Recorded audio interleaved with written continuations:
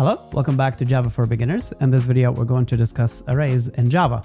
Let's get started. So what is an array? An array is a collection of elements that you store next to each other in contiguous memory locations. So they're just like right next to each other, and they're all of the same type. So they could all be of the type integer, the type boolean, character, etc. So the way you want to think about it is having lockers stacked right next to each other in a row. So they're all physically next to each other. Say you have 10 of them, and they're all of the same size, and they're all used to store the same type of element. So if you have lockers of type integer, well, they can store up to the size of an integer. If you have lockers of the size long, or the size boolean, or the size character, well, that's the kind of content that you can put in them. And they're all next to each other, and each one has an index, like a number that if you start counting from here, then you go, this is index 0, this is index 1, 2, 3, 4, 5. So you start 0 for the first one. Then I know it's not very intuitive, but when you're programming, you always start with 0. So 0 for the first one, 1 for the second one, 2 for the third one, etc., etc. So if you have 10, then the last one has an index of 9, the first one has an index of 0. So you can check and you can say, what's in my first locker in the row, row of lockers? Well, you say, what is in index number 0? Maybe there's 1. Maybe in index number 9, there is 5. So let's jump into the code editor and see how that translates into actual Java code. So this is the syntax for defining an array in Java. So I've got the data type here. This could be integer, character, long, etc. And I've got those opening and closing brackets. So an integer on its own is an integer. An integer with those opening and closing brackets is now another type that is not integer anymore. It is an array of integers. You give it a name, as you would do for a variable, and then you say new, which is a new keyword that we haven't used before. You say new, and then you give data type, which is basically the same data type that you've used here, typically, which let's say is integer. And then you give the size. So you know how you could have 9 lockers or 5 lockers or 150 lockers. So you give that size over here. Let's try that with integer, opening and closing brackets. And then I'm going to call it my array equals. And I see this being auto-completed for me. New int 10. Now the way I would utilize this array, the way I would use it, is I would say my array, and then you want to reference which storage locker that you want to use of the 10 lockers that you've created. So if I want to reference the very first one, I'll go array of 0, which means index 0 inside that array, and I can say equals let's say 5, and I can come here and I can print my array of 0. So if I do that, executing the program, I got 5 printed. So it's really just like defining an integer in this case and printing the integer, giving it a value and printing it. But what if I have another value assigned to the next locker and I'd like to print that? So I can change that to 1, and that's my next value, and I can hit run, 6. All right, so what's going to happen if I try to print a value that I haven't initialized? So say value number 5, which is the 6th element in the array. If I hit run, I see that I was 0 is printed. So it was initialized to be 0. So in fact, all values within an array, when it's created, are initialized to a default value. Well, in the case of an integer, they're initialized to be 0. So if I get rid of those and I go and print element number 0, it's also 0. If I print element number 9, so let me change that to 9 and print it, I get 0 as well. What if I want to print an element number 10? Like if you start from 0 and 9 is the last one, what do you get when you try to print an element outside the range, or element number 11, let's say? I'll hit run. I'll get exception in thread main. It just means that your application is running in a thread called main, and that thread basically has experienced an issue, and the issue is java.lang array index out of bound exception. So you're trying to index an array, index number 11, which would correspond to the 12th element, out of bounds for length 10. So this has a length of 10 as we've specified the size of the array here. So we're not allowed to reference outside of that index. If I try to index -1, what's going to happen? I'm going to get the same thing. Basically, the index has to be a positive number that is from 0 to the max size of the array -1. So the max size is 10, -1 is 9. So we got these out of the way. Let's see another way of basically initializing the values. So you could go and initialize with the same way that we've seen here. Let me just show you. Yeah, you could just go and initialize all of them. Or maybe you can use a for loop and initialize. Let's actually do that very quickly. So let me define. So we've got 10 here as the size, right? So I'm going to start from 0, and I could either put 10 here, or I could put my array dot length, which would return 10. Yeah. And I could just say my array of I. So the first time it would be array of 0, and then array of 1, 2, 3, 4, 5, 6, 7, 8, 9, which would be the last value that would hold true, that is less than my array dot length, which is 10. And then once I get to 10, I'll break out of the loop so that I don't get something like this printed when I'm trying to, because you'll get that printed if you're trying to access, like print a read an element that is outside of the bounds of the array, or if you're trying to assign a value as well, which what we're doing here. So I can do this and then access element number 5 here and see what's going to be printed. I got 5. So element number index 5 is element number 6. I could also do a for loop, another one, and instead of assigning a value, I can print my array of I. And if I do that, I'll get numbers printed from 0 to 9. Maybe I don't want to assign I. Maybe I want to assign I squared. So I'll do I multiplied by I. And so I'll get the square of each number from 0 to 9. So that is an interesting way of using arrays. But what if you would like to initialize an array and give it, I actually have an example here that I can just simply copy.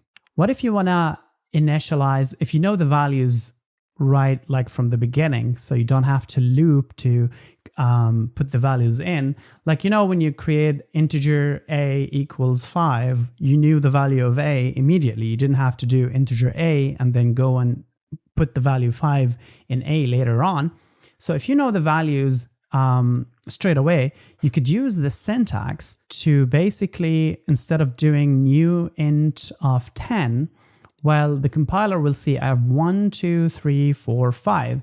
So I know it's an integer of 5 elements, and those numbers in here are of type integer. So it can infer the type of the element that that is in this syntax here, and the number of those elements. So using this syntax here is the equivalent of doing the following. So array of integers named numbers equals new integer of 5, because we have 1, 2, 3, 4, 5. And then you go in and say the first element, so numbers of 0 is 10, numbers of 1 is 20, of 2 is 30, of 3 is 40, and of 4 is 50. So instead of having to do all of that, and it will span a few lines, you could just do the whole thing in one line. So let's clean all that up. And let me show you another way of looping. We haven't discussed this looping method before, but here we are. We know how to use arrays. We know what they are. So another way of looping is the for each loop. So instead of having to say integer I equals 0 and then count 1, 2, 3, 4, 5. So I is less than 5, or I is less than or equals 4, I++. Or having to say, instead of counting those, having to say, okay, numbers dot length to get the size of this array object, I can just do int num, which is basically the value inside the element of the array that we're inspecting, and then give the array name here. So what we're doing here is we're saying, okay, we're going to iterate over every single element of the array, and in each iteration, the current element, so the first iteration would be this current element, would the value of that current element would be stored in number. So it'll be here 10, then it'll be 20 in the next one, and then 30, 40, 50. And then I've just written here a simple program that would compute the summation of all those numbers in here. And so every time we get a new value updated for number, we're just going to add it to sum that starts with 0, and at the end we're going to get the full sum. And if I hit run, I'll get sum equals 150. So here's another example on looping. I've got the same array, 10, 20, 30, 40, 50, and I'd like to write a program that will find out which number of the following is the maximum number. Now obviously, looking at it, you know that 50 is the maximum number. However, if you had like 10 million elements in your array, and you can't just like look at it as a human and intuitively figure out which the biggest number is, then you'll use a computer. How do you get a computer to basically figure out which is the biggest number in an array? Well, you can follow a very simple algorithm, such as this one here, where you start with an integer of name max, and you give it 0. So you start with 0 as the max number. Let's just say it's 0. And then you go iterate over every element. And then you say, well, if the number or the element that I'm currently iterating over, so being 10, the first one, then 20, 30, 40, 50, is that greater than max, which is 0 in the first iteration? And if that's the case, then the new max becomes the number that you're inspecting, and then you move on to the next iteration, So if I hit run, I'll get max is 50. So let me change up the numbers just to see if the algorithm works as expected when it has different numbers in it. And if I hit run, I should get 90 as the max number. Now this algorithm is not 100% accurate, and there is a problem with it. Let me know if you can spot it in the comments below. I'll give you a hint.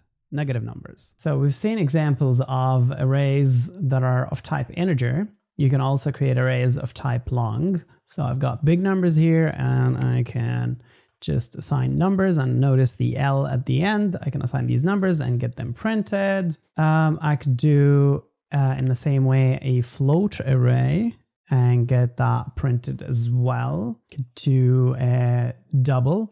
I need another one, and maybe just reformat the code and hit run. So that's a double array. I can do a character array as well. So feel free to experiment with these on your own, but just to show you examples here, I'm going to copy and paste an array of booleans as well.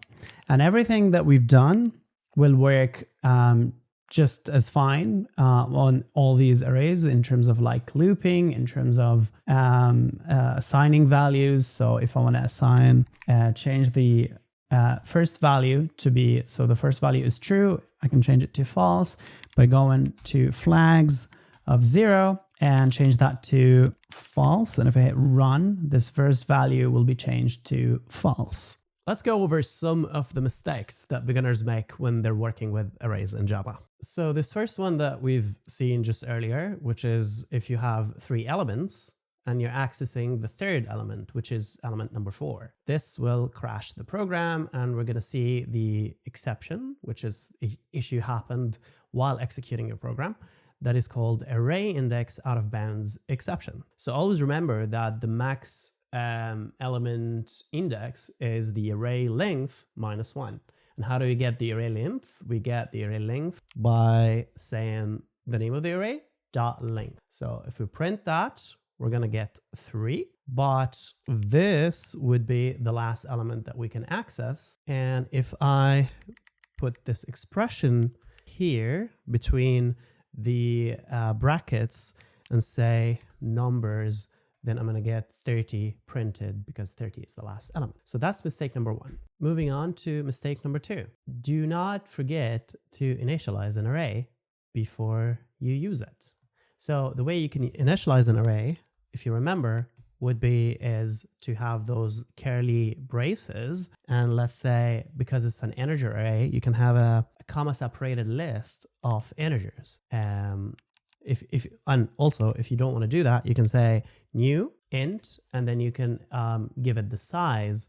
And this will, as we've seen before, automatically initialize all the values to the default value, which is 0 for integers. However, if you do not initialize the array and you attempt to access any element within the array, then we're going to run into a problem. The problem is the array has not been initialized.